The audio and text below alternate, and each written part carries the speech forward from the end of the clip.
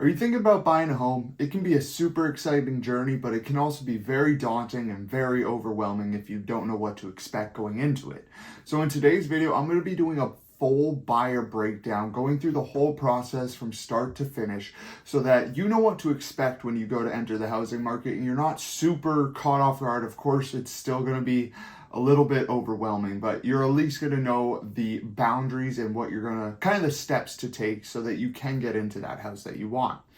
And in this video, we're going to be going over finding an agent, getting pre-approved, home search, offer time, inspections and appraisal, and then the closing day. And by the end of this video, you'll be able to know everything you really need to actually go out there, find yourself that house that you've been wanting, and get yourself into a home that you can start building equity in. And with that said, we'll jump right into the video right now. Hi and welcome to my channel. My name is Moynihan. I'm a local real estate agent and investor based out of Keene, New Hampshire. And if you're looking to buy, sell, invest, or just have questions about the real estate market, feel free to reach out to me.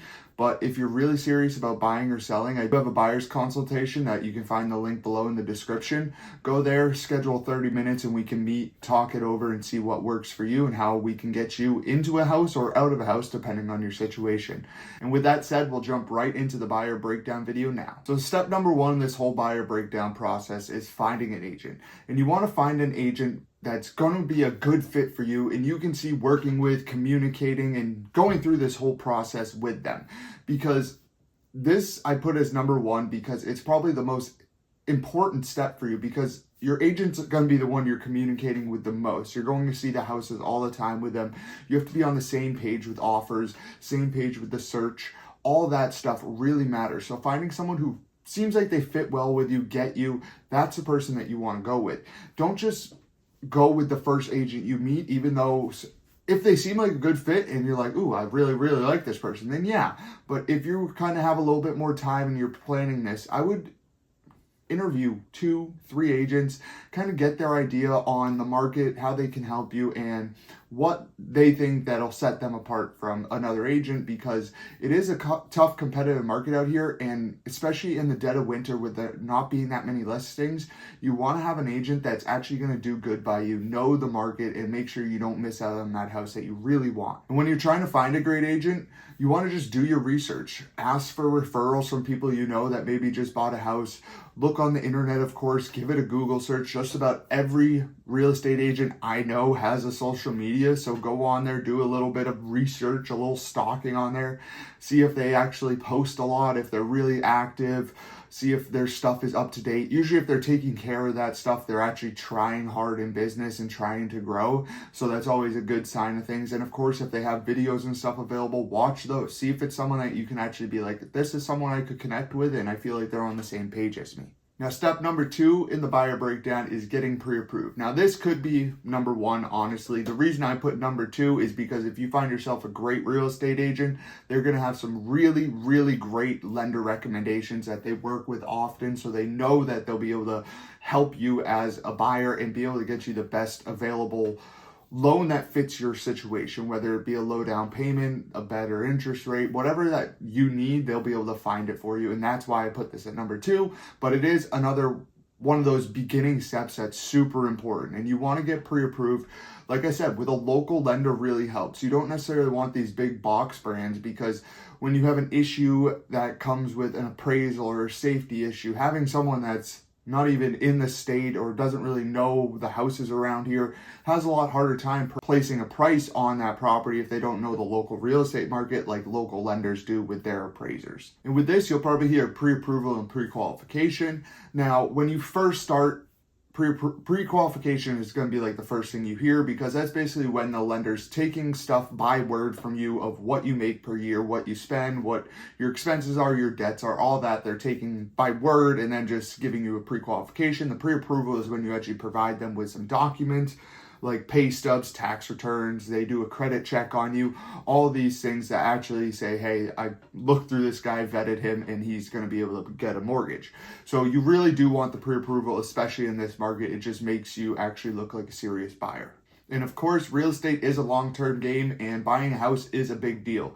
So if your credit needs some work and that's going to be an issue for you, you want to start working on that credit to get it up higher and higher, because the higher your credit score, well, the better loan you're going to be able to get, and that really does matter. Now, step number 3 in the home buying process is where this actually gets fun, because this is when you actually want to start looking at houses. You don't want to start your house search with looking at houses, because that's just getting ahead of the 8 ball, and you're probably going to see some houses you really love, and then you're not going to be able to get them because you as a buyer are not planned or prepared. So that's why you want to get an agent and get pre-approved before you even start looking at houses, because again, unless you're a cash buyer with money right in the bank account now, it's kind of a waste of time if you haven't done these other 2 steps. But home search is one of the best parts about it, because this is when you actually get to go out, start looking at all these homes and find the one that works for you. Now, with this home search, of course, once you have the pre-approval, you know what you're going to be able to spend on a house, but you also want to make a list of things you want / need / absolutely will not have in a house.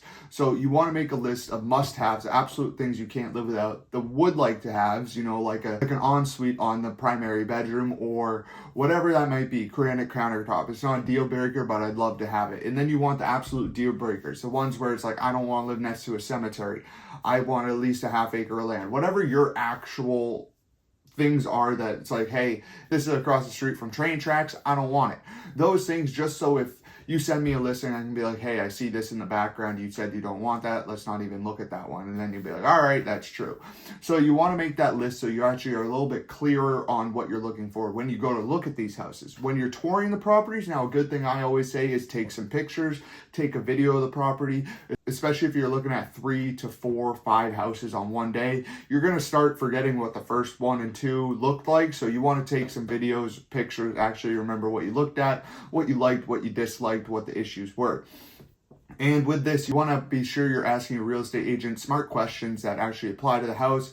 And if it's not on the disclosures, which is a sheet that the seller basically lists everything about the house, if it's not on there, we'll ask your real estate agent to ask the selling agent to see if they have that info for you, so you can get a little bit more information on the house that you potentially be buying. And last thing I want to mention on this tip before I move on to the next one is keep an open mind when you're looking, because a lot of people will want the perfect house, the absolute 10 out of 10, hit every box, and it's absolutely perfect. And that usually just doesn't exist. Even if you're building a brand new house, you're going to want things changed. So when you're looking for a house, especially if you're in like a first time home buyer position where you're looking in $300,000-$400,000 range, in this market, it's hard to find everything you want. So keep an open mind, really make sure that list is kind of going by the most important things first, and then the things that are more negotiable kind of towards the middle, towards the bottom, being like, hey, I know I can't find everything right now, so this could work for the time being, and then I can do X, Y, or Z, whatever the case may be. And now for the 4th step, and that is offer time. So once you do find a house in that home search and you're like, this is the one I really want to put an offer in,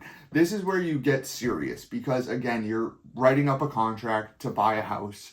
And it's usually for a lot of money, a couple $100,000. So you want to make sure you actually know what you're doing. You want, again, this is where you want a great real estate agent that understands the market, understands what offers get accepted in the current market you're in.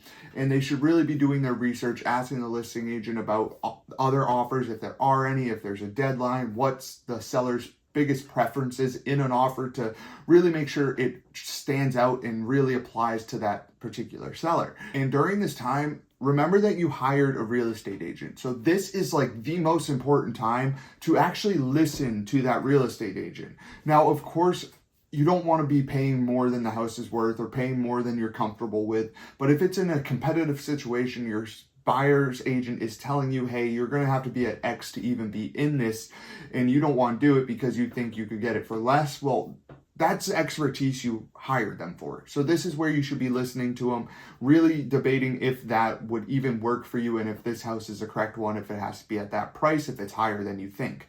So these are things where you really have to be paying attention and ask the agent why he's saying that, so you can actually be like, oh, okay, that makes sense. You've seen this 4 other times in this situation. You have experience with this. Okay. And during the offer, again, this is when you're writing up the contract to purchase. So this is also where you're deciding if you want home inspections, how long those home inspections will be, what type of contingencies you want, if you wanted money back at closing, now you have to include that if your real estate agent's getting paid from the seller, it has to be in the contract. All these little things are things you want to make sure we're hashing out and making sure you and your buyer's agent are on the same page so you know what you're offering and you know the actual terms you're presenting to the seller. Now, step number 5 is inspections and appraisals, negotiations, all the stuff that happens from after a contract is accepted to basically the closing date. And this is the first thing. Once you get it accepted, you owe earnest money, and that will be something that you write up in your offer. And usually it's 1 to 3% of the purchase price. So if you're buying a $300,000 house, it's usually minimum $3,000. The higher you make that earnest money, the more serious of a buyer you look, because there is potential for that money to be lost if you don't have any reason particularly why you're getting out of the deal. Now, if you have inspection contingencies, you find something wrong, you back out, you get your money back. But this is the time where you actually owe that money, and it gets held typically by the listing agent's broker. They hold it in an account, an escrow account, until the day of closing, and then it gets applied to your closing costs and all your actual expenses at the closing table. Now, during inspections, again, you decide on how much the time limit is, what it is. Typically, it's around 7 to 14 days, a week or two. And this is where you hire a third-party inspector with your money. You're the one paying them to come out, inspect the seller's house. Most inspectors are really good, and they call out just about everything from a little loose outlet to a foundation that's falling in. So you're going to really know what you're actually entering and what you're buying. Then once you get the results, that's where you go back if you have any issues, things you want to negotiate. Of course, all depends on how your contract's written. If you have inspections only for informational purposes, well, you can't negotiate like if you just had inspections flat out. So there are things that you want to make sure, again, you and your agent are on the same page. You understand how the offer is going to work. Then you also have your financing deadline where your lender is actually finalizing the deal, running it with that specific house, and working on getting you the mortgage for that house, and all the expenses that come with that, with the taxes, insurance, all that good stuff will be getting wrapped up. You'll be wanting to make sure you're in communication with your lender too. If they send you a text, answer that text. And then the last part about this is an appraisal. Now, this is where the lender hires a third party. They don't get to pick them. It's kind of at random who comes out and actually appraises the property. Some appraisals are super quick, super easy. Other appraisals are a little bit of a pain in the butt where they call out just little things. Even if the home inspector didn't call it out, they might call it out, like a safety issue where a handrail's missing, simple ones like that. And that's where things have to get done. If the appraisal either comes in low or has issues with like safety, well, that's where you have to figure those issues out before closing. So if it comes in low, you'll have to try to renegotiate or bring more money to closing table. If something happens safety wise, most of the time the sellers will fix it because, again, it's still their house and they're the ones like with the issue, or you might have to pay for it as the buyer and hire someone to put it on for the seller. Whatever works. Of course, again, every deal is a little bit different, but that's essentially where you're locking up all the finalizing parts of the deal. You got the inspection, you make sure you know what you're buying.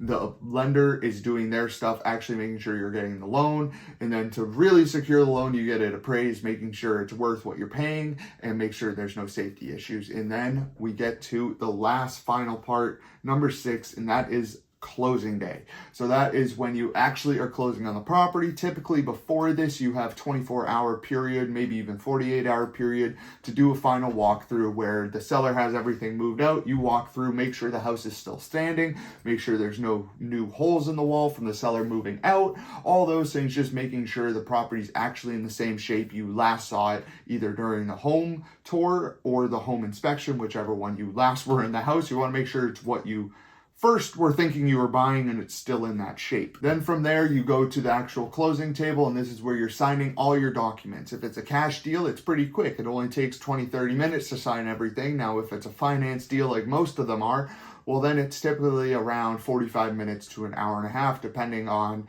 how many actual pieces of paper you have to sign and how curious you get about certain pieces of paper and having them explained.